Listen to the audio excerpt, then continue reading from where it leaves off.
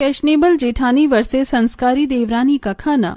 सुबह का समय होता है। घर की डाइनिंग हॉल में सब लोग बैठे होते हैं। सब नाश्ते का इंतजार कर रहे होते हैं। ऊपर से म्यूजिक की आवाज आ रही होती है। पता नहीं कैसी बहू है हमारी ये शिल्पा, जब देखो तब मेकअप करती रहती है। सुबह से अब तक तो 2 बार ऊपर से म्यूजिक की आवाज आ चुकी है।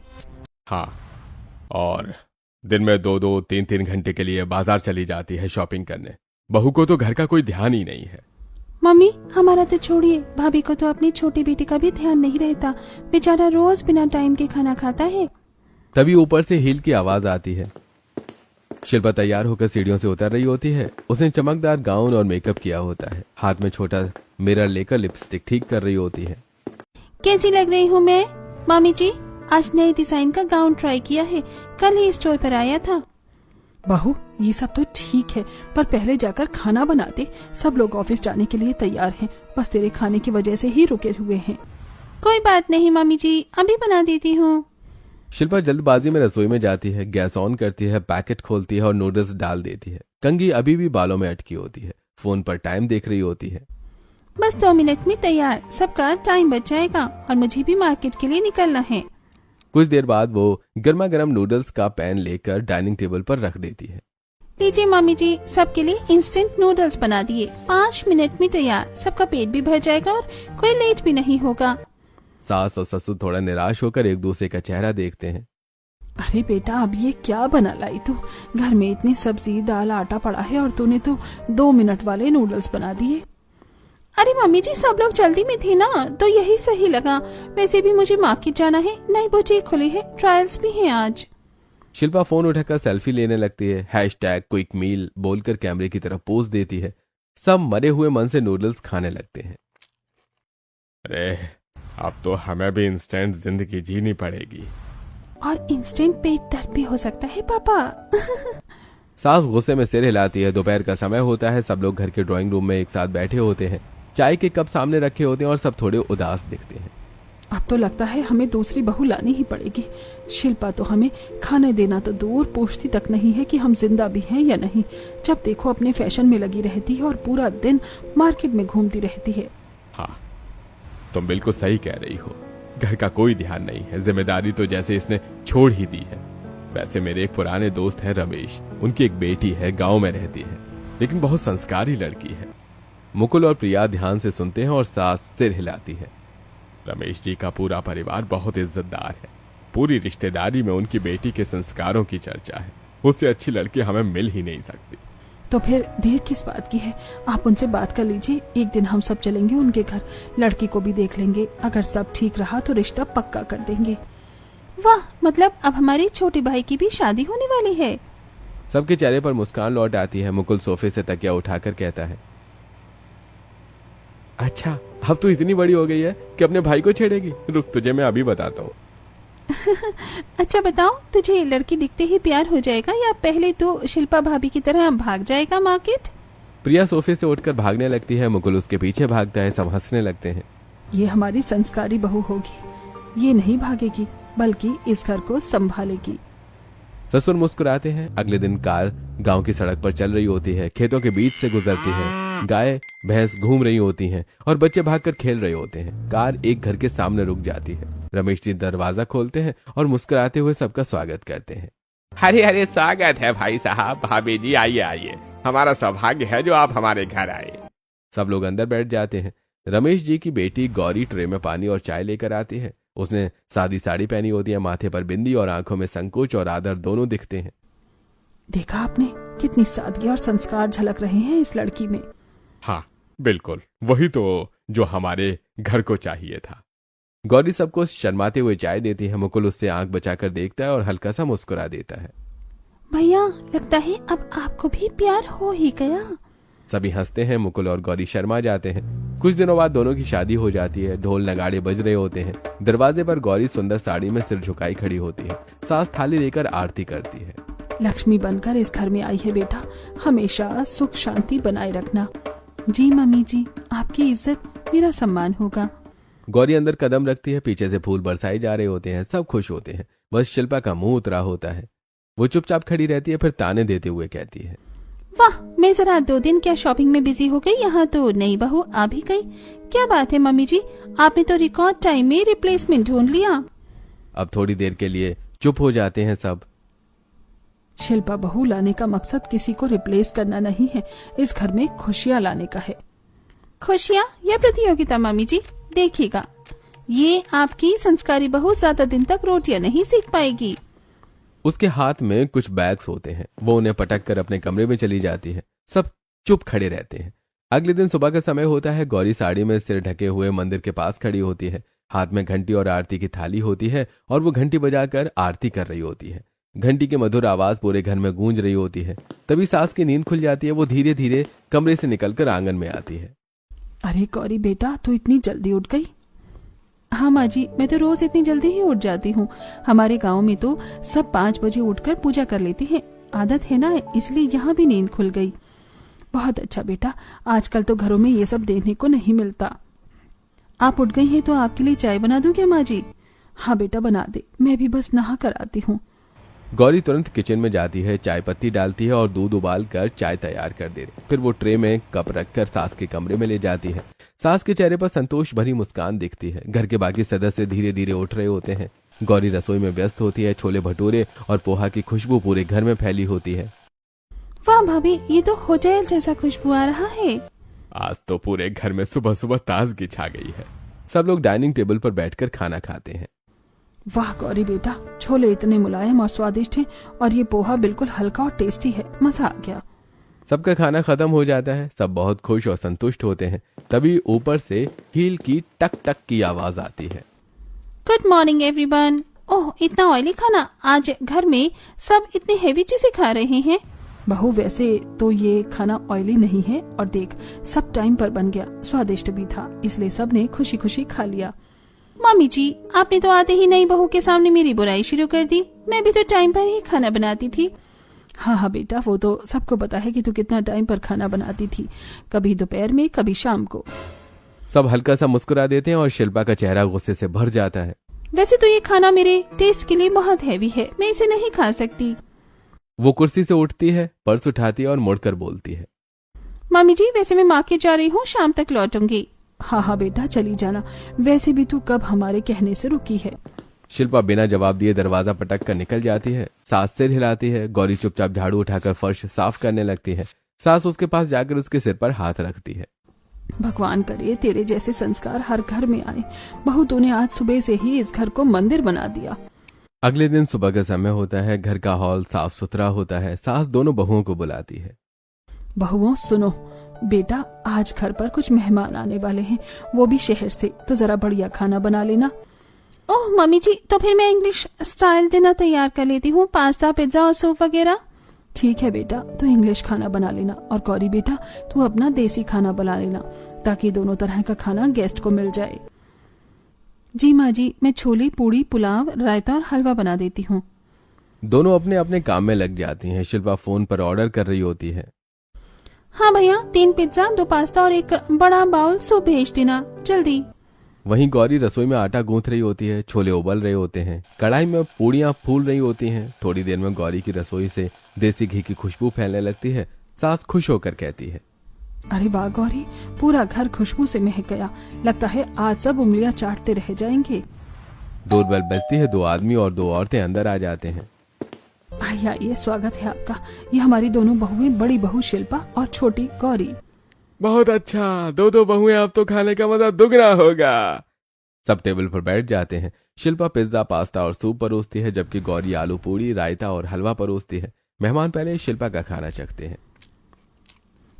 ठीक है, लेकिन थोड़ा ठंडा है शायद। हाँ, शायद ऑनलाइन आया है, थोड़ा स्वाद फीका लग रहा है। शिल्पा झूठी मुस्कान देती है। नाखुश होकर नजरें गौरी की ओर देखती है। फिर सब गौरी का खाना चखते हैं। जैसे ही पहला टुकड़ा खाते हैं, चेहरे खिल जाते हैं। वाह क्या स्वाद है, बिल्कुल घर जैसा, और पूरी तो इतनी मुलायम है। आजकल तो सब इंग्लिश खाना खाते हैं, देसी खाना तो लोग भूल ही गए हैं। बहू बहुत बढ़िया है, ऐसे ही अच्छा अच्छा खाना बनाओ। सब गौरी की तारीफ करने लगते हैं। गौरी शर्माती हुए मुस्कुराती है और सास उसे देखकर गर्व से मुस्कुराती है।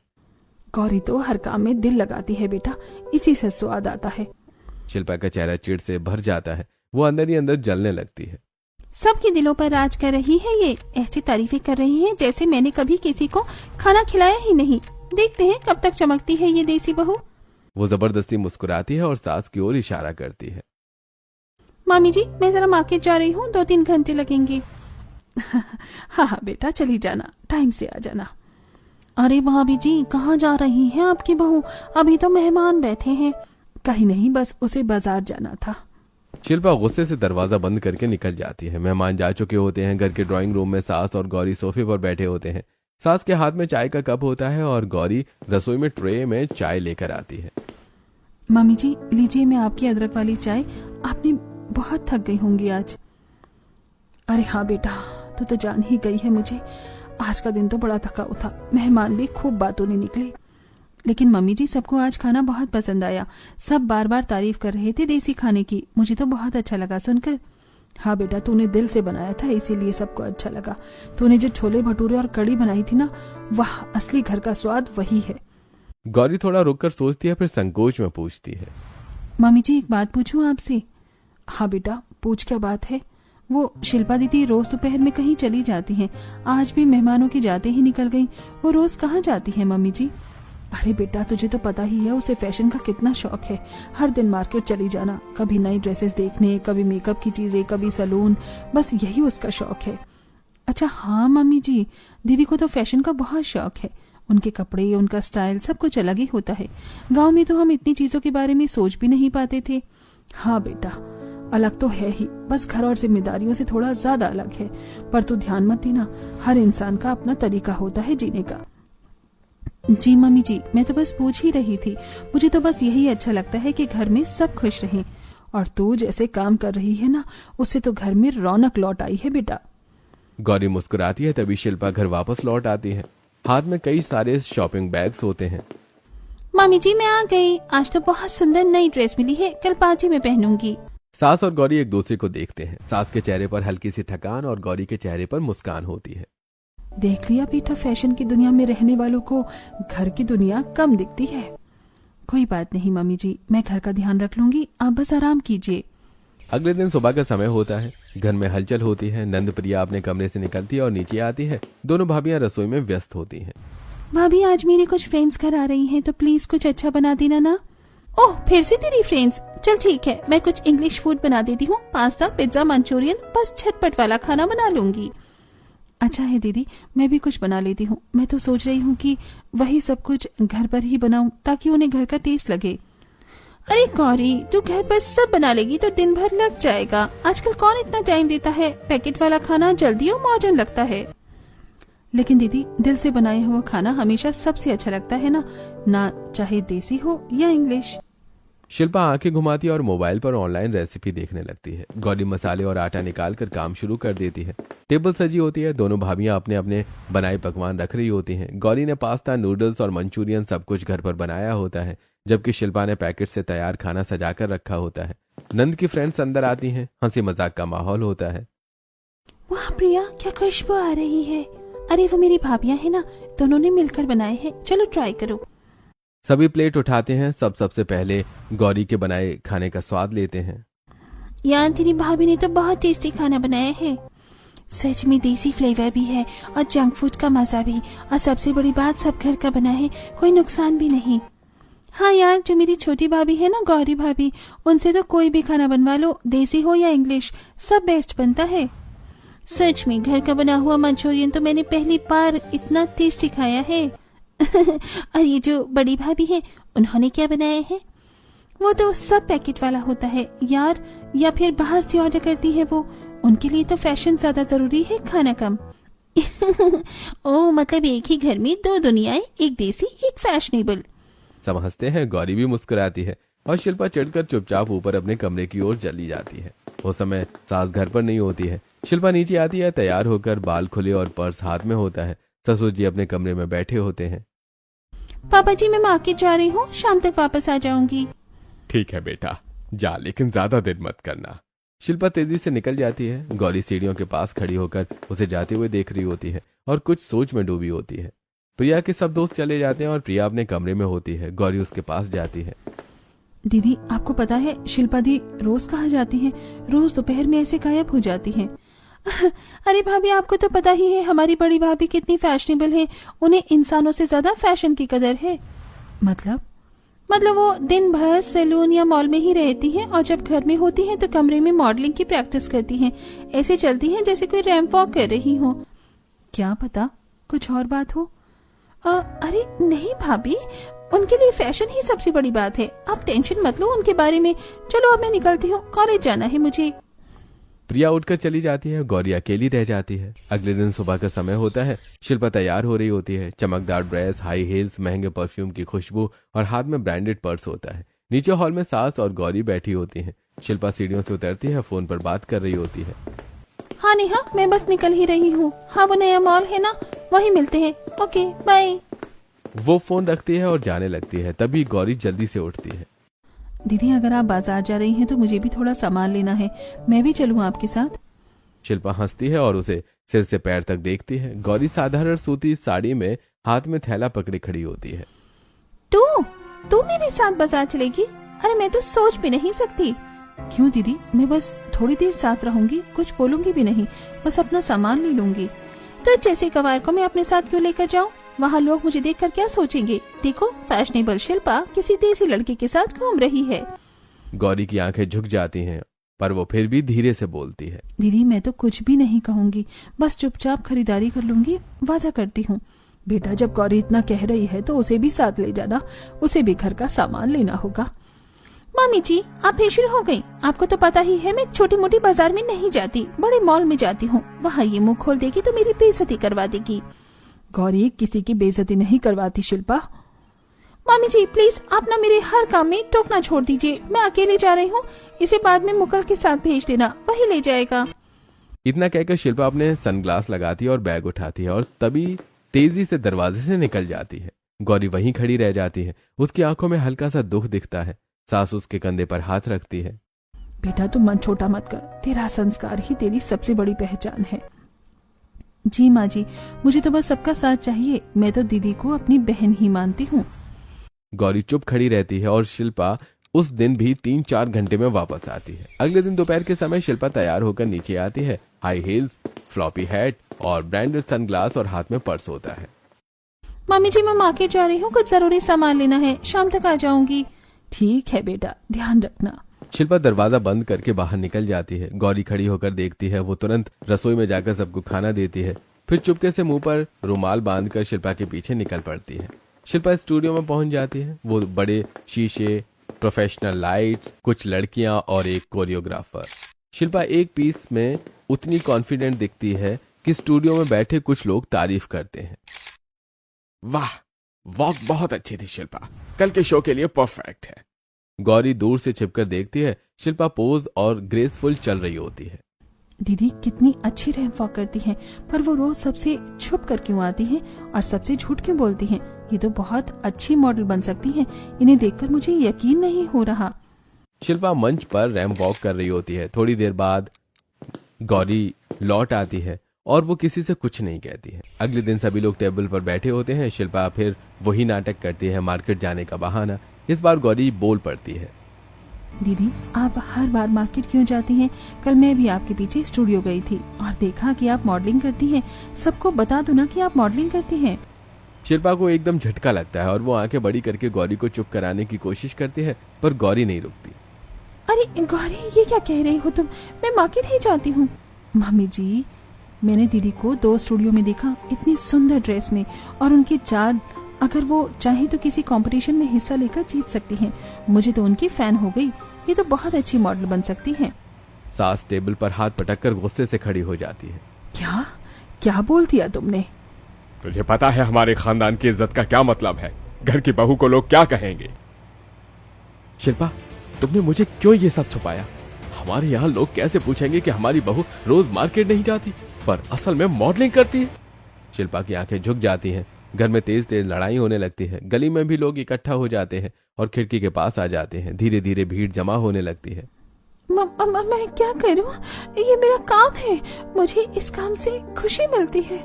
अगर कल से ये फिर से घर से बाहर जाकर ऐसा कुछ करेगी तो इसे इस घर से बाहर चले जाना होगा। मैं तुम्हारे इस तरह छिपे हुए काम को बर्दाश्त नहीं करूंगी। शिल्पा का चेहरा पीला पड़ता है। वो नीचे झुककर बैठ जाती है। बाहर भीड़ होती है और लोग बातें बनाना शुरू कर देते हैं। मम्मी जी धीरे बोलिए, बाहर लोगों की भीड़ लग गई, सब हमारी बातें सुन रहे हैं। जिसे सुनना है सुनाने दो, अगर ये कल घर से बाहर गई तो मैं इसका बहुत बुरा हश्र कर दूंगी। घर में सब तेज बात कर रहे होते हैं। शिल्पा की आंखों में आंसू आ जाते हैं। किसी भी काम में ईमानदारी होनी चाहिए घर और लोगों को बताकर। ये घर हमारी इज्जत और नियमों पर चलता है। अगली बार अगर कुछ छिपा कर हुआ तो ये सही नहीं होगा। सास की आवाज अंतिम चेतावनी जैसी होती है। शिल्पा चुपचाप उठकर अपने कमरे में चली जाती है। अगले दिन सुबह के समय घर में अलग ही सन्नाटा छाया होता है। शिल्पा हाई हील्स में दरवाजे से बाहर निकलती है। उसके सामने ही गली के कुछ पड़ोसी महिलाएं जमा होती हैं। उनकी बातों की फुसफुसाहट शिल्पा के कानों तक पहुंच जाती है। पता है, कल तो पूरा हंगामा हुआ था इस घर में। कहते हैं इस बहू ने अपने मायके के सपने यहाँ आकर सच कर लिए। हाँ, और मॉडलिंग वो कैसे इतने खुले कपड़े पहनकर सबके सामने चलती रहती है। ससुराल की इज्जत क्या बेचेगी। मैंने तो अपनी बच्ची को टीवी से थप्पड़ भी मारकर मॉडलिंग के शोज नहीं देखने दिए। ऐसे काम घर के लिए ठीक नहीं।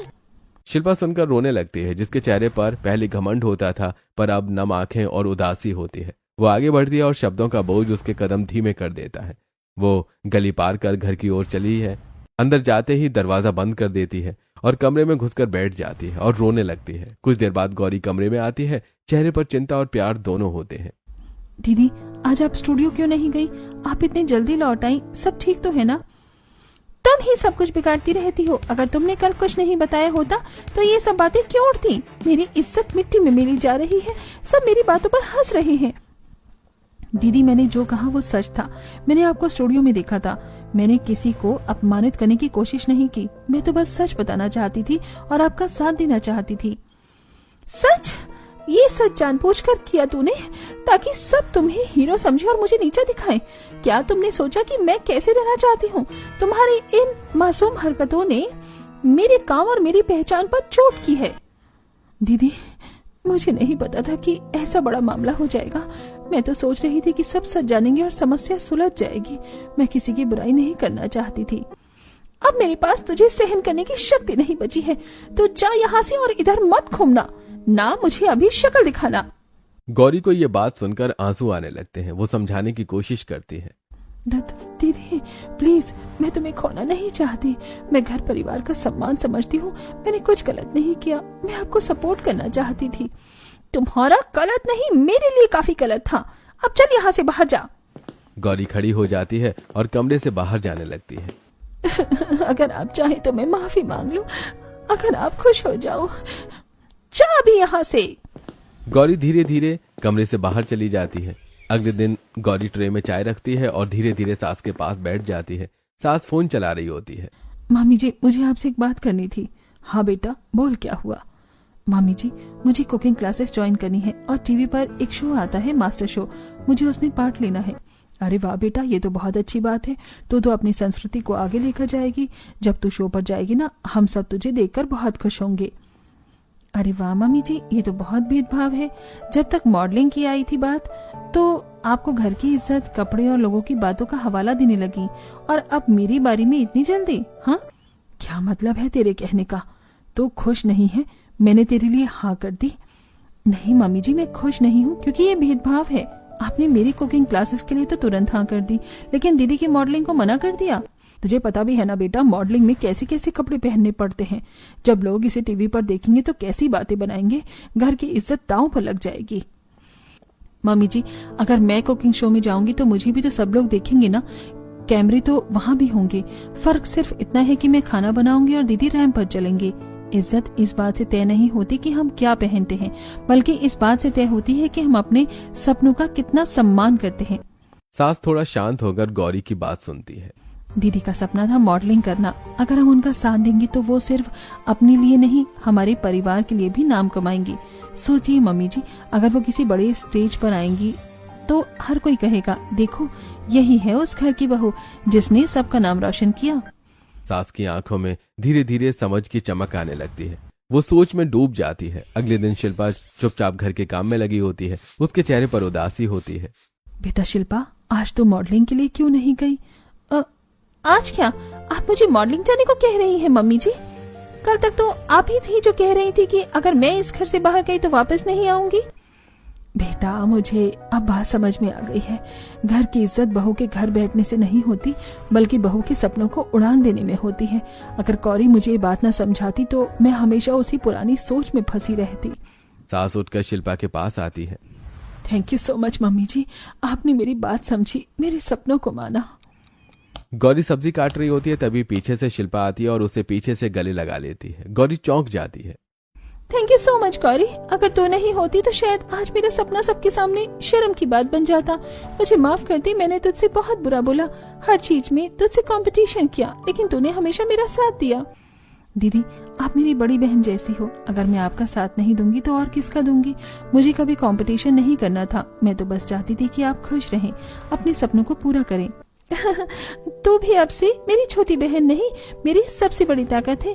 आज से कोई भी दिक्कत आए तो सबसे पहले मुझसे बोलेगी, समझी? पक्का दीदी। दोनों हंसते हैं और अगले दिन से शिल्पा खुशी खुशी गर्व से अपने मॉडलिंग का सपना पूरा करती है और पूरा परिवार उसे सपोर्ट करता है।